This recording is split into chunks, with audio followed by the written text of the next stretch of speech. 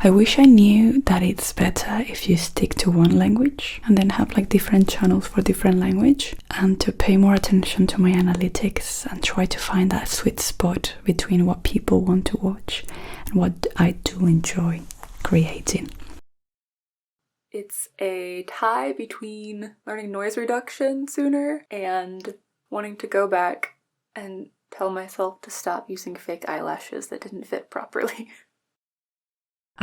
Sometimes you're gonna suck, especially at the beginning. Your first video is kind of gonna suck. And every time that you try something new, it might suck the first time, but that's part of learning and it's part of growing. And if you never start, then you're never gonna get better. So just start. That there's no linear path and no linear measurement of success. It's up and down and all around, and it's weathering the storms, I think, that separate good channels from great channels. And I think that I wish I had known to save myself a lot of frustration in the growth aspect of my career, that it's going to be okay. And it's just the nature of the algorithm to go up and down as a content creator.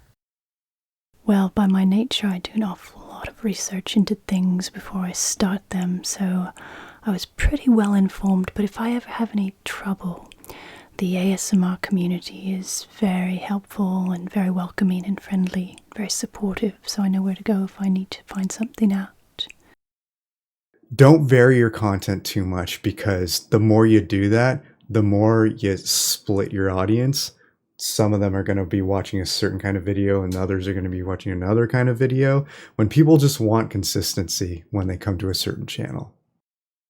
How to remove white noise from videos. And like back before, when I first started making ASMR videos, just because people don't understand something or are dedicated to misunderstanding something doesn't mean that you should stop doing it. When I started, I think the only thing I could wish I knew was all the things I learned through the way about editing and all of that, all of the little tricks I know now. That would be pretty much how to make noise-free audio.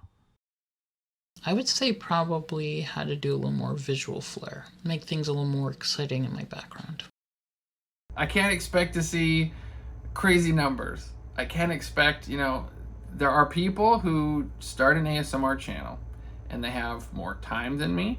They have maybe a little more of a drive than I do. And they just might get luckier than me and they'll just take off. And I've seen that over and over and over. And at first, there's jealousy. There's a bit of like, well, why them and not me?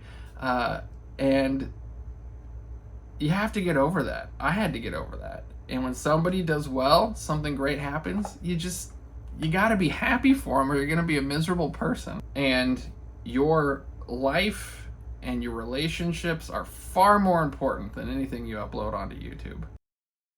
When I started my channel, I didn't know anything about color grading. I didn't know anything about how to square a shot or lighting. In fact, it came to the point where I was getting my camera exactly to the right angle and I didn't realize I could just trim bits out. So if I had to refilm, potentially, because I didn't have the shot exactly, I almost as if I was like, basically I filmed my first videos like someone from the 1890s would have filmed their videos. So I learned a lot on the way. So I would probably say, download DaVinci Resolve, learn how to edit before you even start to film.